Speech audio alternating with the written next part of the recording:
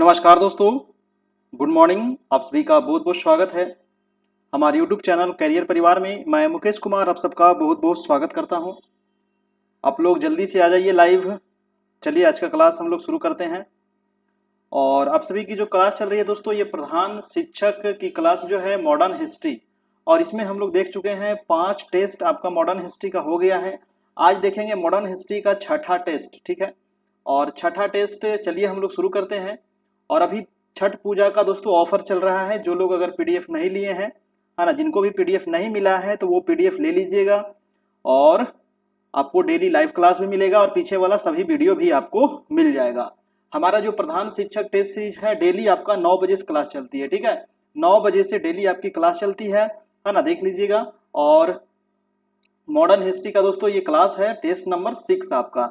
छठ पूजा जो दोस्तों अभी ऑफर चल रहा है 299 रुपया। पहले जो इसका चार्ज था वो था आपका 351 चार्ज था, लेकिन ये एक सप्ताह के लिए आप लोग को 299 किया गया था। बहुत सारे लोग एडमिशन ले चुके हैं।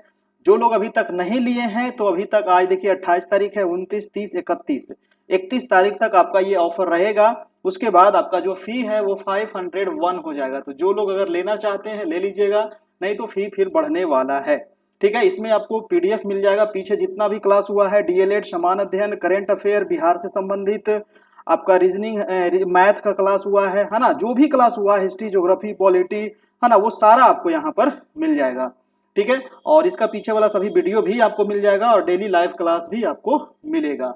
कैसे पेमेंट करना है दोस्तों, तो ये नंबर आपको दिख रहा होगा, है ना। ये नंबर जो दिख रहा है आपका 7857824310, ये हमारा व्हाट्सएप नंबर भी है। और यही नंबर आपका गूगल पे, फोन पे, पेटीएम, व्हाट्सएप पे, अमेजन पे, सारा यही है। तो इसी नंबर पर पेमेंट करके आपको हमारे व्हाट्सएप पर स्क्रीनशॉट भेज देना है, जहां आपको सभी चीज प्राप्त हो जाएगा। हमारा टेलीग्राम ग्रुप जरूर ज्वाइन कर लीजिएगा कैरियर परिवार का। जल्दी से सभी लोग आ जाइए दोस्तों। कैरियर परिवार नाम से हमारा टेलीग्राम ग्रुप है। यहाँ पर आपको टेस्ट वगैरह, क्वेश्चन वगैरह डिस्कशन होते रहता है, तो इसको आप जरूर से जरूर ज्वाइन कर लीजिएगा। चलिए देखते हैं आज का पहला सवाल। पहला सवाल क्या कह रहा है, देखिएगा। पहला सवाल क्या है दोस्तों, कह रहा है कि भारत संघ यानी कि इंडियन एसोसिएशन के संस्थापक कौन थे। बताइए, इंडियन एसोसिएशन के संस्थापक कौन थे। भारत संघ यानी कि इंडियन एसोसिएशन। ऑप्शन है दादा भाई नौरोजी, बाल गंगाधर तिलक, ए.ओ. ह्यूम, और डी नंबर ऑप्शन है सुरेंद्र नाथ बनर्जी। क्या होगा फर्स्ट का आंसर? फर्स्ट का सभी लोग आंसर कीजिए, इसका आंसर क्या होगा?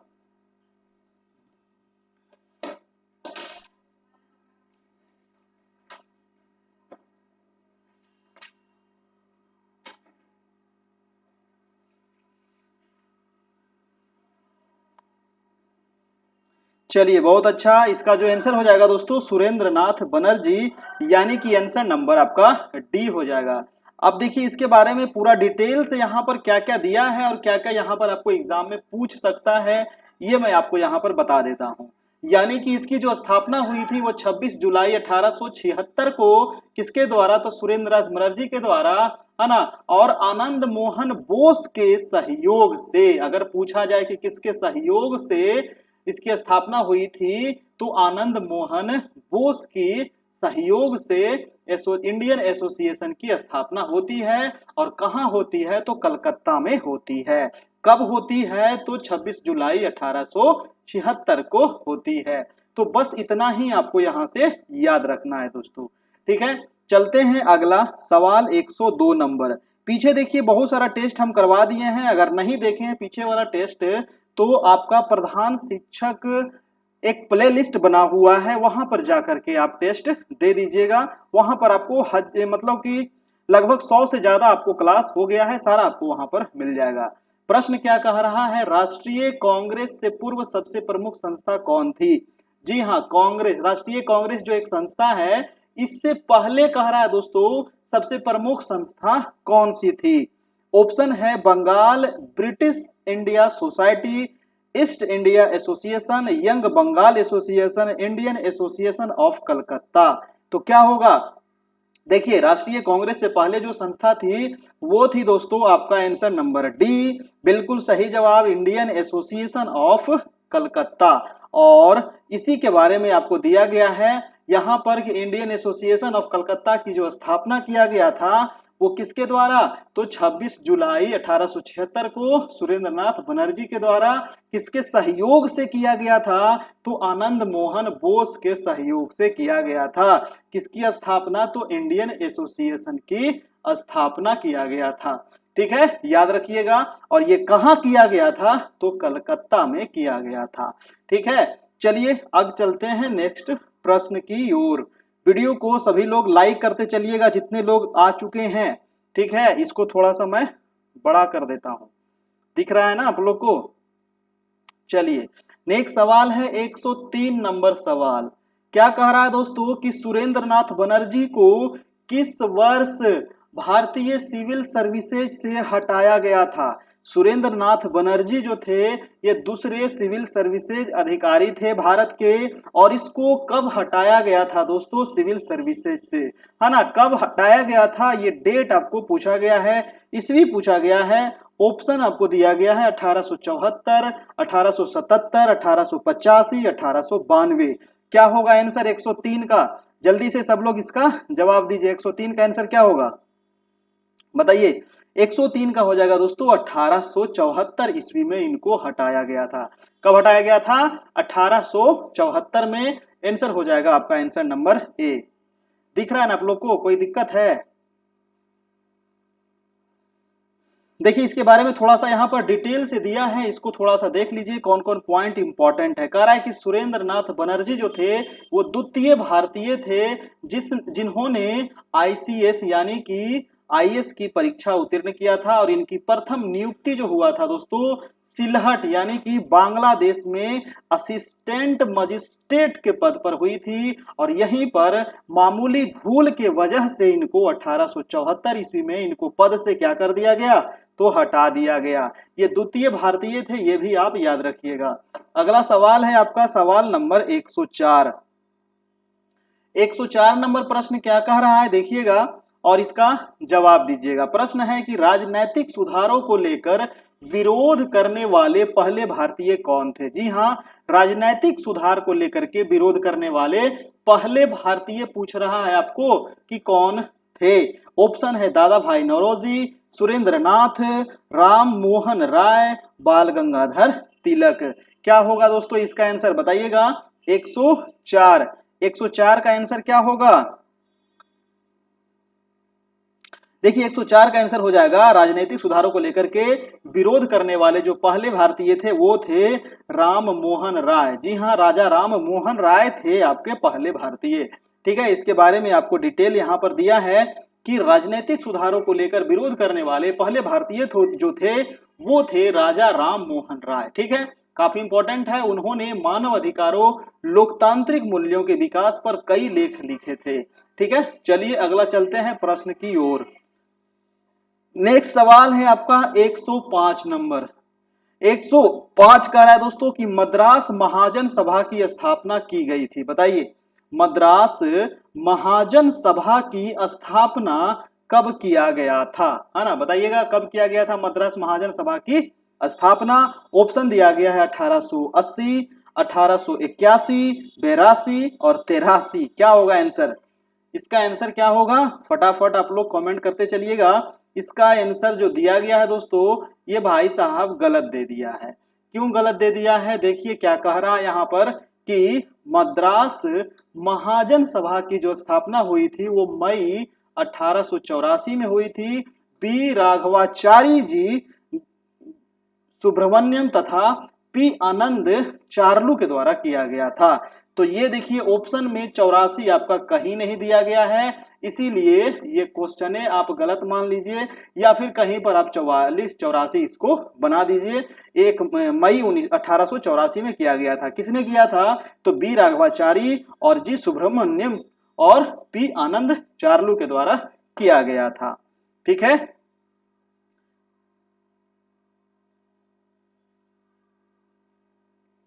दिख नहीं रहा लगता नहीं, थोड़ा सा दिक्कत हो रहा है।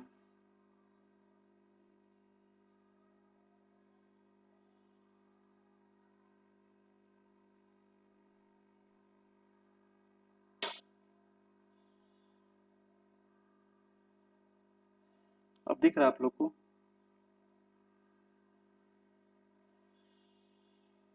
चलिए दोस्तों, अगला सवाल है आपका 106 नंबर। 106 नंबर है कि भारतीय राष्ट्रीय कांग्रेस के प्रथम अधिवेशन में कितने प्रतिनिधियों ने भाग लिया था? जी हाँ, तो भारतीय राष्ट्रीय कांग्रेस की स्थापना कब होती है? तो 1885 में। और प्रथम अधिवेशन हुआ था कहाँ? तो 1885 में ही हुआ था, बंबई में। और इसके अध्यक्षता कौन किए थे? तो डब्ल्यू.सी. बनर्जी जी। और कह रहा है कि इसमें कितने प्रतिनिधि ने भाग लिया? तो 72 प्रतिनिधि इसमें टोटल भाग लिया था। ठीक है, याद रखिएगा 72 प्रतिनिधि। और इसके बारे में काफी डिटेल्स यहाँ पर दिया है दोस्तों, और बहुत इंपॉर्टेंट है, आप इसको जरूर याद रखिएगा कि इसकी जो स्थापना हुई थी 1885 में हुई थी। और किसने किया था? तो ये वो ह्यूम के द्वारा किया गया था। ठीक है, और ये वो ह्यूम जो थे ये अवकाश प्राप्त अंग्रेज अधिकारी थे, ध्यान रखना है। पहला अधिवेशन होता है 28 दिसंबर 1885 को। और कहाँ हुआ था? तो बंबई में हुआ था। और बंबई में कहाँ हुआ था? तो गोकुल दास तेजपाल संस्कृत विद्यालय में हुआ था इसकी स्थापना। ठीक है, और इसमें कुल कितने प्रतिनिधि? तो 72 प्रतिनिधि ने भाग लिया था। ठीक है, और ये पहले अधिवेशन की अध्यक्षता किए थे भूमेश चंद्र बनर्जी, जिनको डब्ल्यू.सी. बनर्जी भी कहते हैं। और इसके प्रथम महासचिव कौन थे? तो प्रथम महासचिव याद रखिएगा ए ओ ह्यूम इसके प्रथम महासचिव स्वयं थे। तो इतना सारा चीज आपको यहां से पूछा जाता है। अगर इतना कंप्लीट है तो यहां से एक सवाल आपको जरूर पूछेगा एग्जाम में।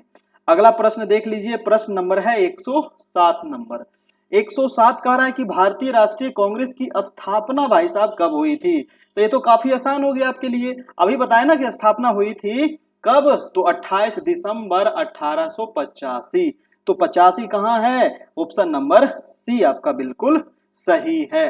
चलते हैं अगला सवाल, और इस पर भी आपको वही चीज लिख दिया है दोस्तों, ध्यान रखिएगा कि 85 में स्थापना हुआ था। किसने किया था? तो ए ओ ह्यूम भाई साहब किए थे, और एक अवकाश प्राप्त ये अंग्रेज अधिकारी थे। इसका अधिवेशन होता है पहला 18 दिसंबर 1884 को। कहाँ होता है? तो बंबई में। बंबई में कहाँ होता है? तो गोकुल दास तेजपाल संस्कृत विद्यालय में, है ना। देखिए, इसका जो स्थापना होना था ना, वो मीटिंग होना था पूना में, लेकिन पूना में उस समय फैल गया था आपको प्लेग, तो इसके वजह से इसको बंबई शिफ्ट किया गया था। और इसमें 72 प्रतिनिधि भाग लिए थे, है ना। तो ये चीज ध्यान रखना है। अगला जो सवाल है दोस्तों 108 नंबर, कह रहा है कि भारतीय राष्ट्रीय कांग्रेस की स्थापना की थी, किसने की थी?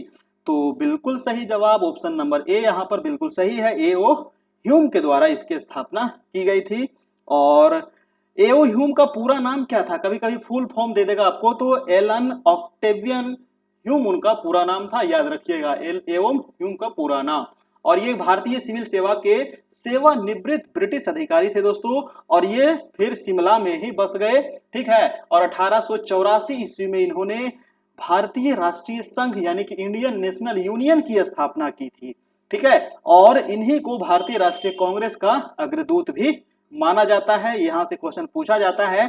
और कलकत्ता, बंबई तथा मद्रास का दौरा करने के उपरांत इन्होंने यह घोषणा किया कि दिसंबर में, जी हां, दिसंबर में भारतीय राष्ट्रीय संघ का एक सम्मेलन कहां होगा? तो पुणे में होगा। लेकिन पुणे में क्या हुआ दोस्तों? जिसमें तीनों महाप्रांतों के सभी भागों के शिक्षित प्रतिनिधि शामिल होंगे। लेकिन पुणे में क्या हुआ? पुणे में हैजा फैल गया, और हैजा फैल जाने की वजह से पुणे में ये आयोजित नहीं हो पाया।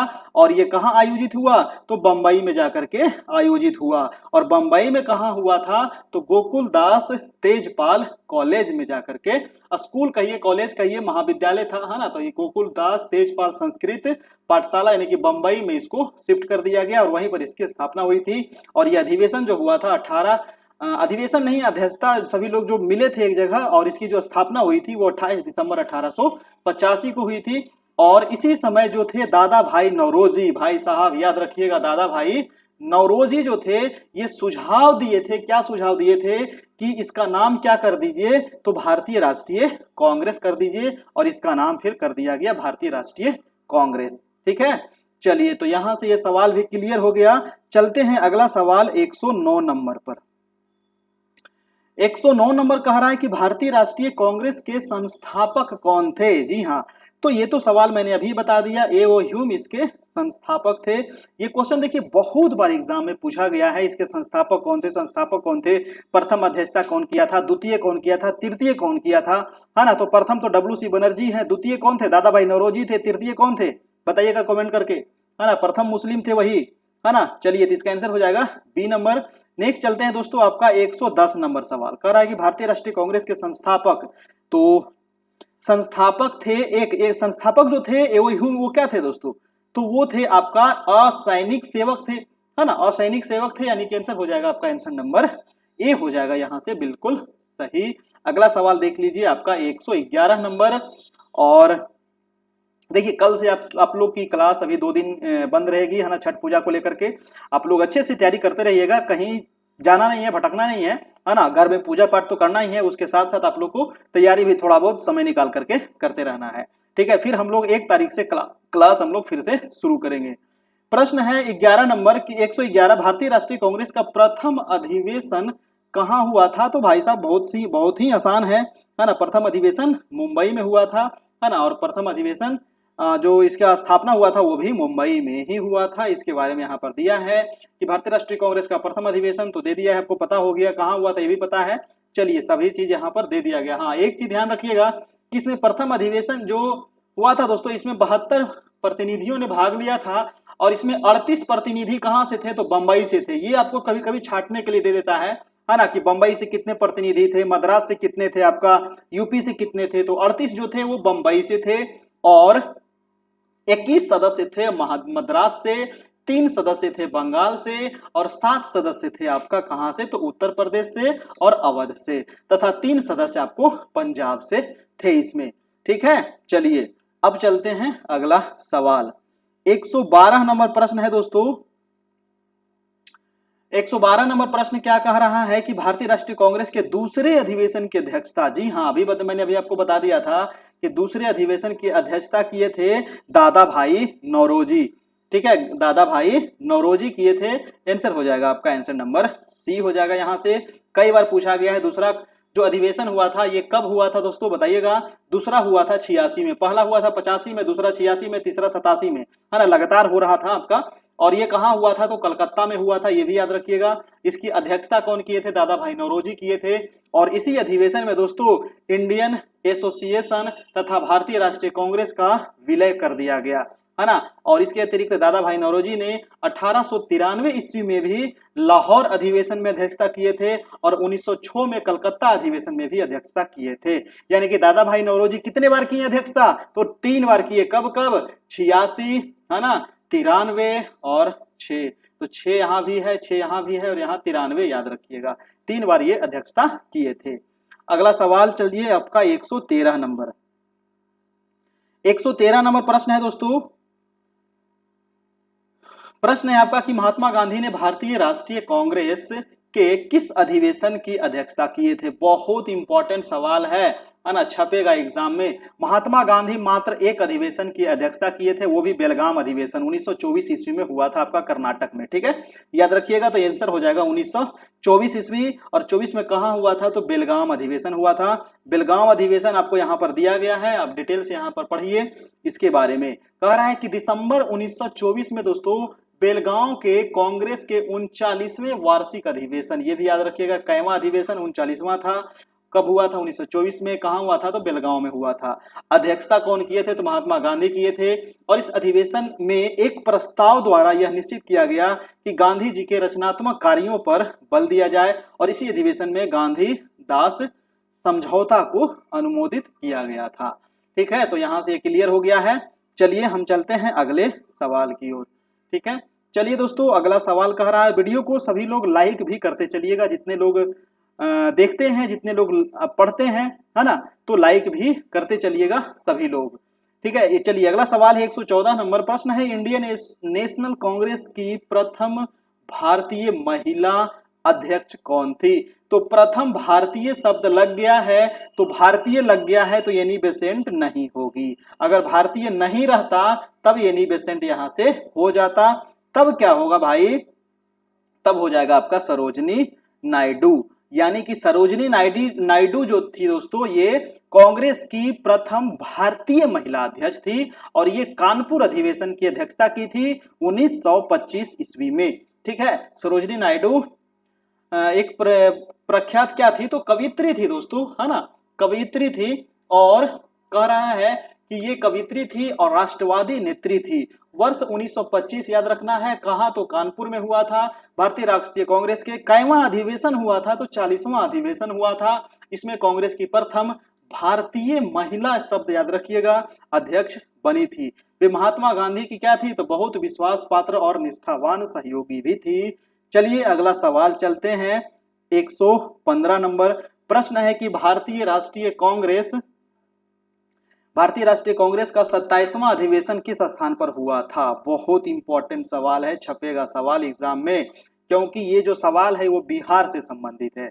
27वां अधिवेशन जो होता है दोस्तों, ये बिहार के कहाँ होता है, तो बांकीपुर में होता है। बिहार में कहाँ होता है, बांकीपुर, पटना में होता है 27वां अधिवेशन, याद रखिएगा, भारतीय राष्ट्रीय कांग्रेस का। और एक चीज और याद रखना है, यहाँ पर कुछ कुछ डिटेल दिया गया, इसको ध्यान रखिएगा कि 27वां अधिवेशन कहाँ हुआ, तो ये 1912, हाँ डेट भी पूछा जाता है, 1912 में हुआ था।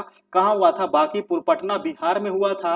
और इस अधिवेशन की अध्यक्षता, जी हाँ ये भी आपका छपेगा, अध्यक्षता कौन किए थे, तो RN मुधोलकर ने किया था। और इस अधिवेशन में A.O. ह्यूम को कांग्रेस का पिता कहा गया था। तो ये भी क्वेश्चन पूछ सकता है कि कांग्रेस का पिता किसको कहते हैं, तो ये वो ह्यूम को कहते हैं। किस अधिवेशन में इनको कहा गया, तो 27वां अधिवेशन में कहा गया। कहाँ हुआ था, तो बांकीपुर में हुआ था। अध्यक्षता कौन किए थे, तो RN मुधोलकर इसकी अध्यक्षता किए थे। ठीक है, चलिए यहां से ये क्लियर हो गया। अगला सवाल है आपका 116 नंबर, देख लीजिए। 116 नंबर प्रश्न कह रहा है, पुस्तक है आपका poverty and British rule in India. बहुत इंपॉर्टेंट पुस्तक है दोस्तों, ये भी सवाल हमेशा छपता है एग्जाम में। Poverty and British rule in India किसने लिखा है, बताइए किसने लिखा है। RC दत्त, दादा भाई नौरोजी, बिपिन चंद्र पाल, लाला लाजपत राय। क्या होगा, फटाफट आप लोग इसका जवाब देते चलिए। आंसर हो जाएगा दादा भाई नौरोजी। जी हाँ, दादा भाई नौरोजी, यानी कि poverty and un British rule in India के पुस्तक के लेखक हैं Dadabhai Naoroji, old grand man of India. चलिए अगला सवाल है आपका 117 नंबर दोस्तों। 117 नंबर सवाल कह रहा है कि किसने कहा था कि कांग्रेस आंदोलन न तो लोगों द्वारा प्रेरित था और न ही यह उनके द्वारा सोचा या योजनाबद्ध किया गया था। ये कथन भाई साहब किसका है कि कांग्रेस आंदोलन जो था न तो लोगों के द्वारा प्रेरित था और न ही यह उनके द्वारा सोचा या योजनाबद्ध किया गया था। ऑप्शन है Lord Dufferin, Lord Curzon, sir Syed Ahmad, Lala Lajpat Rai. क्या होगा इसका आंसर, इसका आंसर क्या होगा दोस्तों, इसका आंसर बताइएगा। इसका आंसर हो जाएगा आपका बी नंबर, यानी कि सर सैयद अहमद के द्वारा ये कहा गया था। 1888 ईस्वी में दोस्तों सर सैयद अहमद खान ने एक संयुक्त भारतीय राजभक्त सभा बनाई, जिसका स्पष्ट उद्देश्य था कांग्रेस के प्रचार को निष्फल बनाना। जी हाँ, तो चलिए इसके बारे में डिटेल से दे दिया, यहां से आप देख लीजिएगा। हम चलते हैं नेक्स्ट सवाल की ओर। आपका 118 नंबर प्रश्न क्या कह रहा है, देखिएगा। कह रहा है प्रश्न दोस्तों 118 नंबर की, मुझे विश्वास है। क्या विश्वास है भाई साहब आपको, कह रहा है कि मुझे विश्वास है कि कांग्रेस अपनी विनाश की तरफ जा रही है और मेरी यह बड़ी इच्छा भारत में रहते होगी कि इसके शांति प्रिय निधन के लिए इसका मैं सहायक बनूं। यह कथन किसका है, तो ये कथन बताइए, ये किसने कहा है कि मुझे विश्वास है कि कांग्रेस अपने विनाश की तरफ जा रही है और मेरी यह बड़ी इच्छा होगी कि भारत में रहते इसके शांति प्रिय निधन के लिए इसका मैं सहायक बनूं। ऑप्शन है Lord Lytton, Lord Dufferin, Lord Curzon, Lord Minto. क्या होगा इसका आंसर, बताइए सभी लोग कमेंट करके। इसका आंसर जो हो जाएगा आपका आंसर नंबर सी हो जाएगा, यानी कि लॉर्ड कर्जन। जी हाँ, लॉर्ड कर्जन का ये कथन है और इसके बारे में यहाँ पर डिटेल से भी आपको दे दिया है, यहां से आप देख लीजिएगा। ठीक है, और ये कब कहा था, तो 1900 ईस्वी में कहा था दोस्तों। ठीक है, चलिए अगला सवाल है आपका 119 नंबर। 119 नंबर प्रश्न क्या कह रहा है, देखिएगा। प्रश्न है कि निम्न में से किस वायसराय के कार्यकाल में भारतीयों को राय बहादुर और खान बहादुर की उपाधियां प्रदान आरंभ शुरू किया गया, मतलब कि दिया जाना शुरू किया गया। कौन कौन सी उपाधि? तो राय बहादुर और खान बहादुर, है ना। ये जो उपाधि दिया जाना शुरू हुआ, ये किस वायसराय के कार्यकाल में शुरू हुआ है? ऑप्शन है Lord Ripon, Lord Lytton, Lord Mayo, Lord Dufferin. क्या होगा दोस्तों? इसका आंसर हो जाएगा 119 नंबर का आपका बी नंबर, यानी कि लॉर्ड लिटन के कार्यकाल में। कह रहा है कि लॉर्ड लिटन के कार्यकाल में भारतीयों को राय बहादुर और खान बहादुर की उपाधियां प्रदान करना प्रारंभ हुआ। वर्नाक्यूलर प्रेस एक्ट 1878 ईस्वी में लॉर्ड लिटन के काल में पारित किया गया था। तो कब पारित किया गया, याद रखिएगा, वर्नाक्यूलर प्रेस एक्ट 1878 ईस्वी में। अगला सवाल है आपका 120 नंबर। 120 है कि अधिकतर नरमपंथी नेता थे दोस्तों। अधिकतर जो नरमपंथी नेता थे, ये थोड़ा सा नहीं दिख रहा है क्या? क्या समस्या भाई?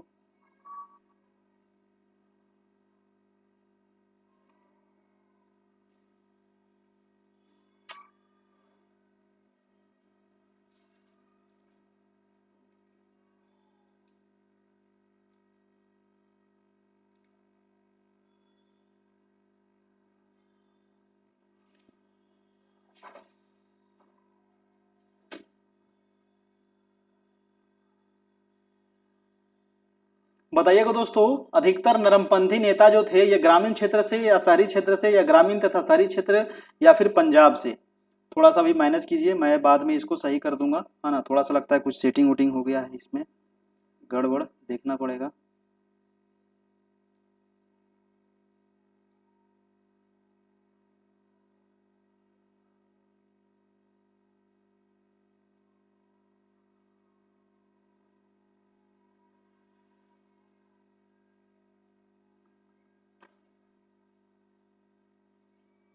चलिए, यहां पर इसका आंसर क्या हो जाएगा? अधिकतर नरमपंथी जो नेता थे दोस्तों, वो कहां से थे आपका? बताइए। 120 का नंबर का आंसर हो जाएगा बी, यानी कि शहरी क्षेत्र से थे। कभी कभी लगता है ब्लर हो जाता है, नहीं पता नहीं, इसको देखना पड़ेगा।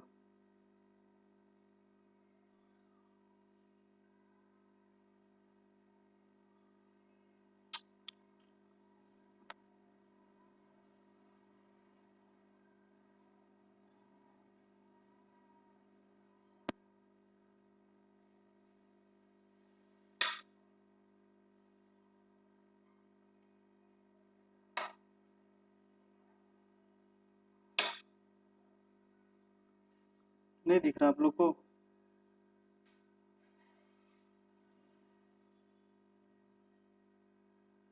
इसका आंसर हो जाएगा आपका आंसर नंबर बी, यानी कि शहरी क्षेत्र से। इसके बारे में डिटेल से यहाँ पर दिया गया है, इसको आप देख लीजिएगा। चलते हैं, देखते हैं अगला सवाल आपका। अगला सवाल है आपका 121 नंबर। 121 कह रहा है कि निम्न में से कौन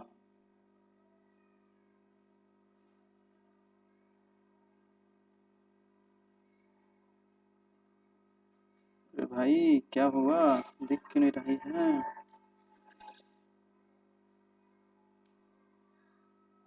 ठीक हो जाता है फिर गड़बड़ हो जाता है, नहीं?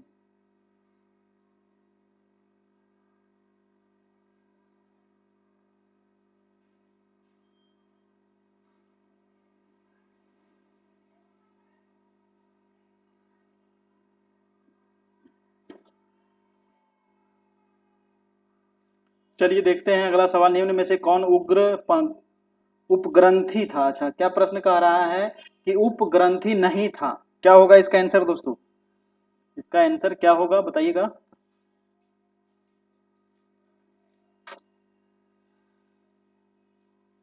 इसमें उपग्रंथी कौन नहीं था? ऑप्शन है बाल गंगाधर तिलक और मदन लाल, उधम सिंह, गोपाल कृष्ण गोखले। इसका आंसर क्या होगा?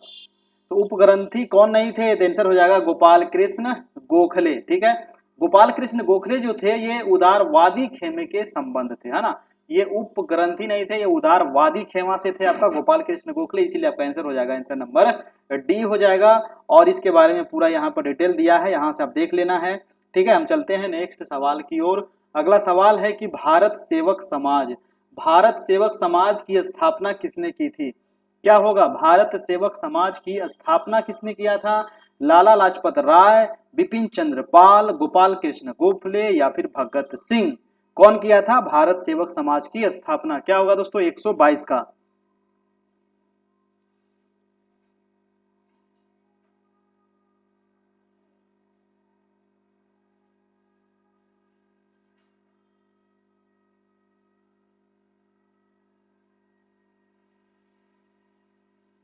हाँ ठीक है, अभी दिख रहा है।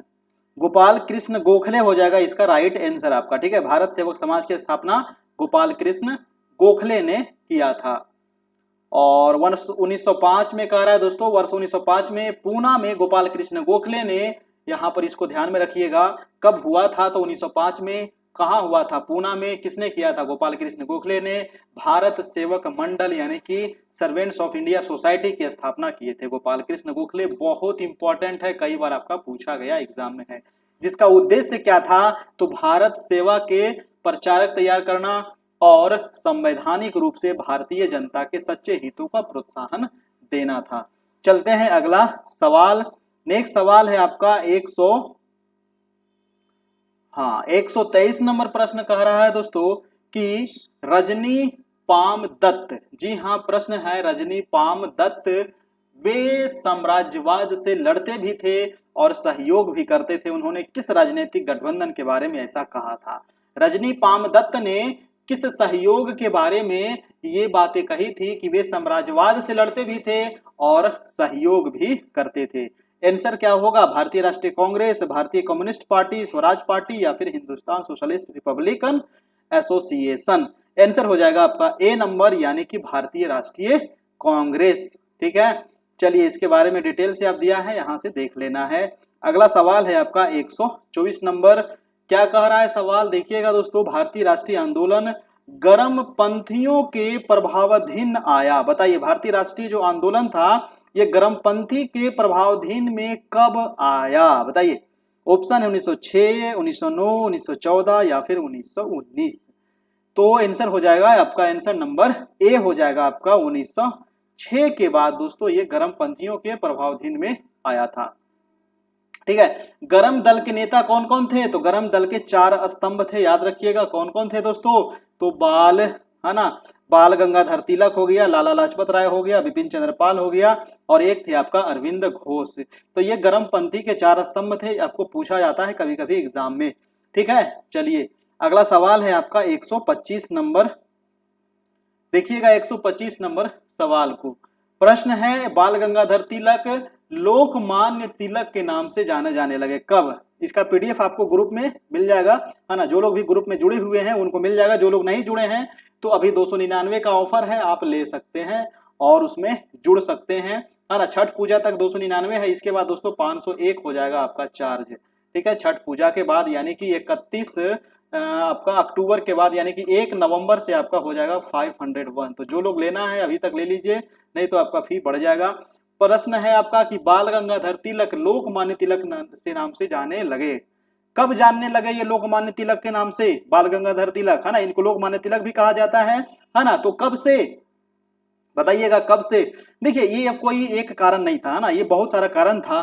तो इसका वे एक लोकप्रिय शिक्षक बने, उन्होंने एक लोकप्रिय अखबार शुरुआत किया था, सरकार ने उन्हें रैंड मर्डर केस में अभियुक्त बनाया था, उन्होंने शिवाजी और गणपति उत्सव शुरू किया था। तो इसका आंसर जो हो जाएगा दोस्तों एक से अधिक यहाँ पर सही है, इसलिए आंसर हो जाएगा ई नंबर आपका। ठीक है, और इसके बारे में बहुत डिटेल से आपको यहाँ पर दिया है कि ब्रिटिश सरकार ने बाल गंगाधर तिलक को पुणे के असिस्टेंट कलेक्टर रैंड की हत्या मामले में अभियुक्त बनाया।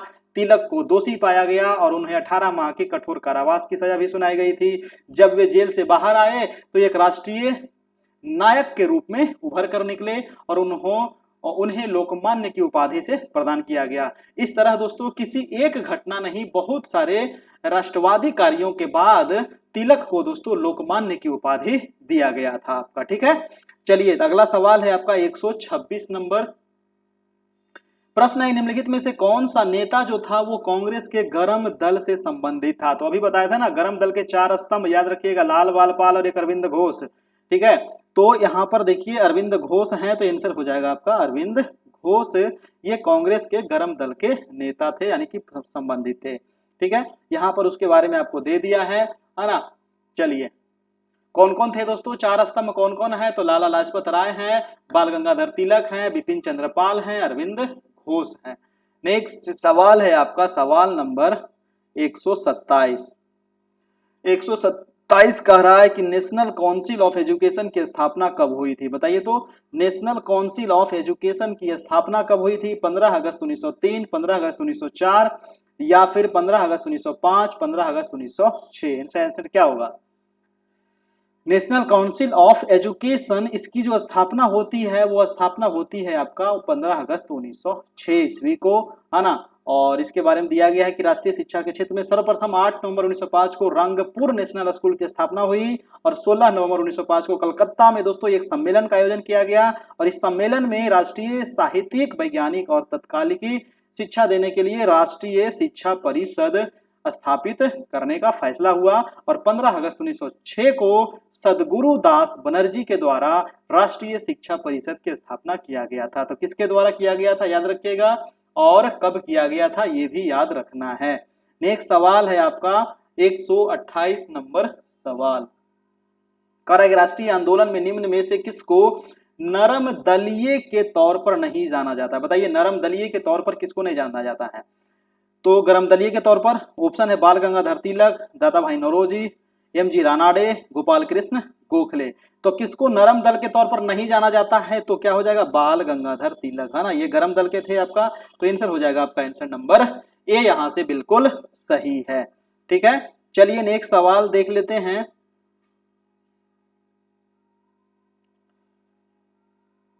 एक 129 नंबर सवाल दोस्तों है कि कांग्रेस के नरम दल के नेताओं की आंदोलन की पद्धति क्या थी, बताइए। कांग्रेस के नरम दल के जो नेता थे इसके आंदोलन की पद्धति कैसी थी, असहयोग थी, राजावामबद्ध आंदोलन था या फिर अनुकूल प्रविघटन था या फिर अविधेयक था।